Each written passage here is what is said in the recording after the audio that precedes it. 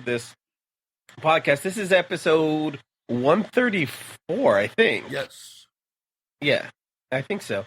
I think I have probably moved a little to the right, if anything, more towards the center, especially on economic issues, which I know nothing about.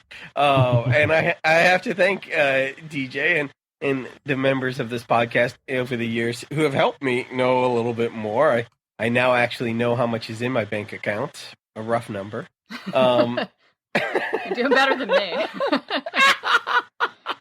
So, yeah, that's what I like about it, is it's respectful. This is why I do it. You know, it doesn't have to be agreement. It also helps me when dealing with my family members who I don't always agree with, and people on the street. And I don't usually use bless your heart because they know that one. So. Rebecca, why do you do this show? You are the newest addition to this group, and we are thrilled that... I've been doing this for over a year now, so I'm a long-time new addition. And by the way, just so before I let you answer the question that I asked, I'm going to pull a Charlie Rose here and answer my own question. Just for people who might be interested, the way that Rebecca came to us is one of our listeners said, "Hey, I love your podcast, but it would be great if you had a female voice there.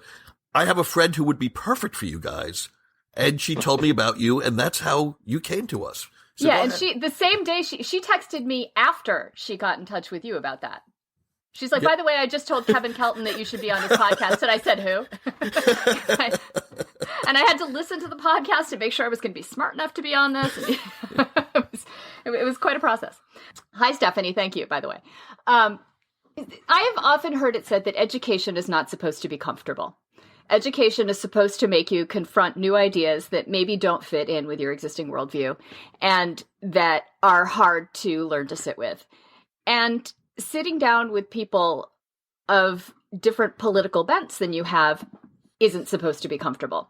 And listening to people who are speaking in good faith from the best of their actual knowledge, not people who are Tucker Carlsoning or Sean Hannitying their way through something, is not supposed to be comfortable. And I find myself having to monitor my reactions to news. If I'm reading something and going, hell yeah, this is awesome, I realize I'm engaging in confirmation bias. If I'm questioning facts and needing to learn more and having to dive deep to understand the issues, I'm engaging in my own education. And what I like to think this podcast does is forces people to engage in their own political education. We all know different things, and we bring them to the microphone every week and share them with each other and with everybody else. And the point is to promote teaching and understanding, not just to be a pep rally for a particular point of view. And I'll throw in a couple of thoughts. First of all, Greg, thank you for bringing up the whole editing thing. Oh, you are very welcome. But it is kind of, listen, we have people who have become our friends because they found this podcast and sort of adopted it and made it a part of their regular lives. And I think they'll be interested to find out a little bit about why we do this and how we do it. First of all, it does take, believe it or not, it takes us about an hour to an hour and a half to record one of these things. We have to plan it out before we turn on the recorder. Then we do a little postscript afterwards. There's then another 5 to 7 hour process to actually putting this together and getting it published. And I'm not going to pat my own back about the editing time, but a lot of the comments that we've gotten, a lot of the criticism that we've gotten over the last 2 years, most of it has to do with sound quality. And I just want to explain to people, they say the levels go back and forth and blah, blah, blah. And they're right. They do. This is not a professional studio created podcast. A lot of the podcasts that you're listening to, whether it's Pod Save America or the 538 podcast is another example, they're sitting in a studio with a producer and professional microphones and every kind of equipment that you could possibly have.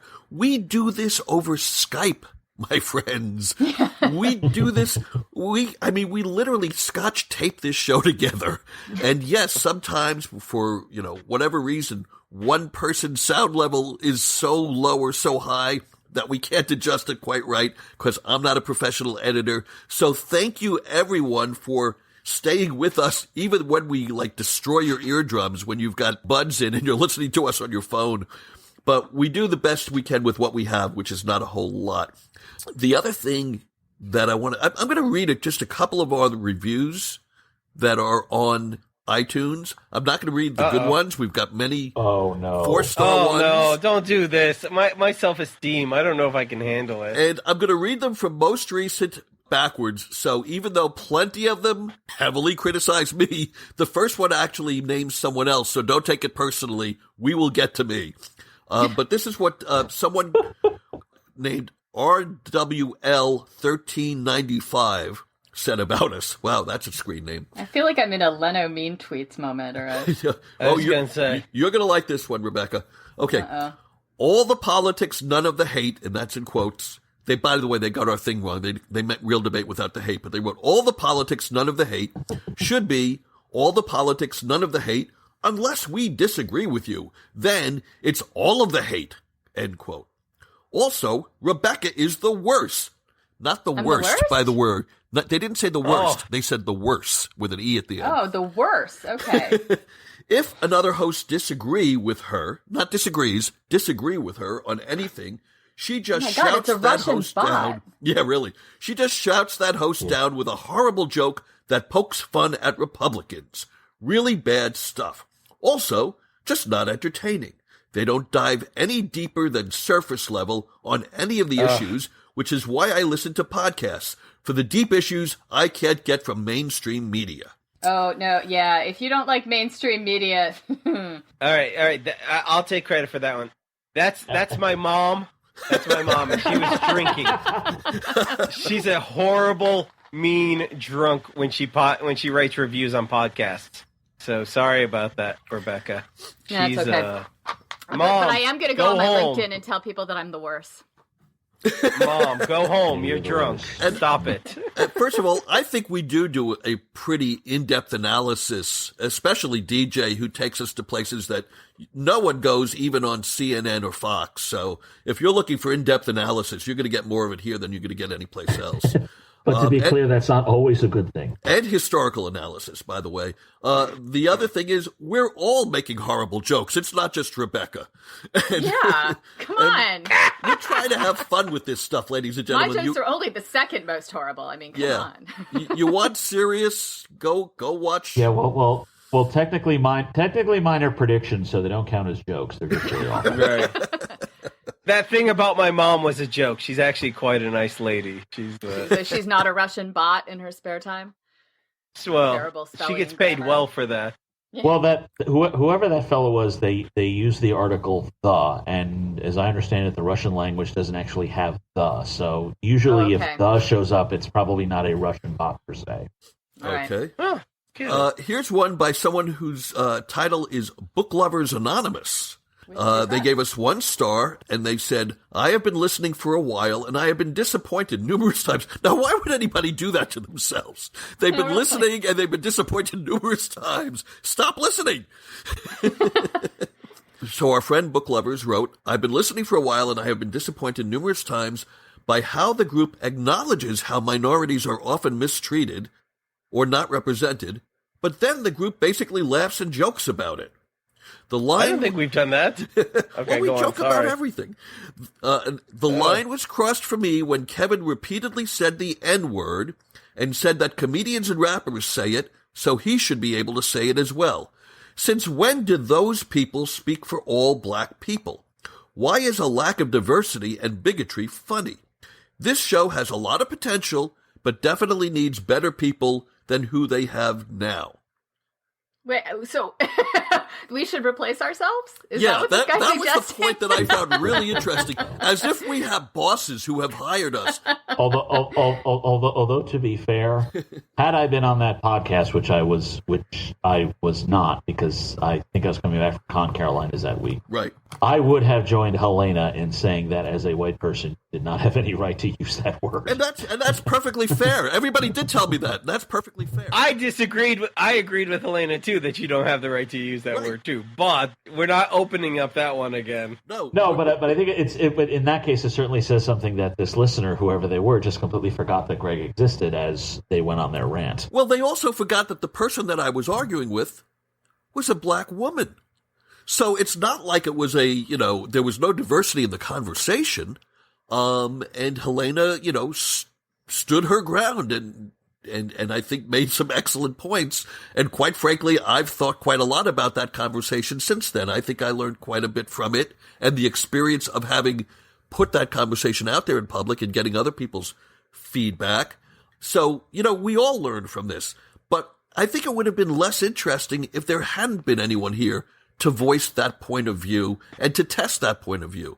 So again, when people say they're upset that one person said something that they didn't like, but what about the other 3 or 4 that did agree with them and disagreed with me? That's what we're doing here, folks. So, and it also comes down to, why do people argue? Most people argue to convince others, but there are some of us who argue in part to learn. We want to hear what the other person has to say. Socratic arguing. See how our arguments go. And there are far too few people who argue to learn. Most people want to argue to hear their own voice. Oh, no, wait, that's just me. Never mind. Go on. And then I won't go through too many of them because this is a time-consuming process.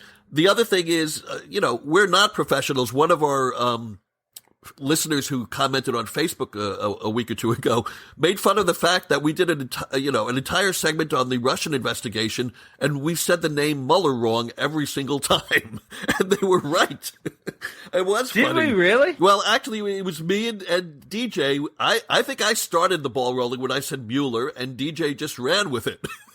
For those who want an interesting trip down memory lane, and I don't really care if none of you do, I'm going there anyway.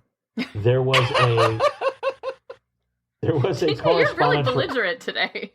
Yeah, well, it's the champagne. What can I say?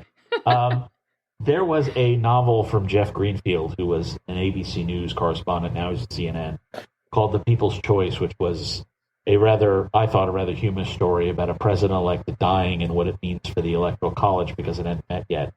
And the losing candidate's name was spelled the same as the special prosecutor, but it was pronounced Mueller. And because of that, I have always looked at Special Prosecutor Mueller's name and go, oh, Mueller. And that's why I kept going. Well, and if you were going by strict rules of German pronunciation, it should be pronounced Mueller. Right. Because the UE combination is the same as the umlaut over the U, which is a Müller as opposed to Mueller. But apparently he is, I don't know, doesn't know German? So the real question is, why is Mr. Mueller spelling his own name wrong? Yes. Pronouncing it wrong. Can we really trust a prosecutor who can't spell or pronounce his own name? Oh, God, we just created another Trump talking point, did we? That's not what we wanted to do in this podcast. What the hell is wrong with us? So we've talked about ourselves enough. Now let's just go to, what do you see? What are your New Year's resolutions, or what do you see coming down the pipe for 2018? I have 2. One is I'm going to try to be nicer to our asshole governor. Darn it! Oh my gosh! You don't have to. I already broke it. Darn it! Rebecca, what about you? Do you have any thoughts about the year to come? One of my major resolutions is to read and amplify more writers of color. Novelists and people in the news reporting space. And, I'm so glad I went before you. And dismantling the patriarchy. Wow, okay. Maybe with a hammer to some kneecaps. And speaking of the white male patriarchy, DJ, did you have any thoughts? Where's my ruling staff? Wait, I don't have one. Never mind. Probably, practice more. Maybe cook more often so that my wife can write more than she has. I know HelloFresh doesn't sponsor us anymore, but we use them now. They're not too bad. There you go. Those are probably the 2 that I'd be looking at going ahead. Rather mundane. So Nice. so basically you want more wine, women, and song. Yeah, No that answer. could be a way to put it. Yeah. Dinner, which is the wine, practice, music, song, and giving Aura more time to get her stuff done.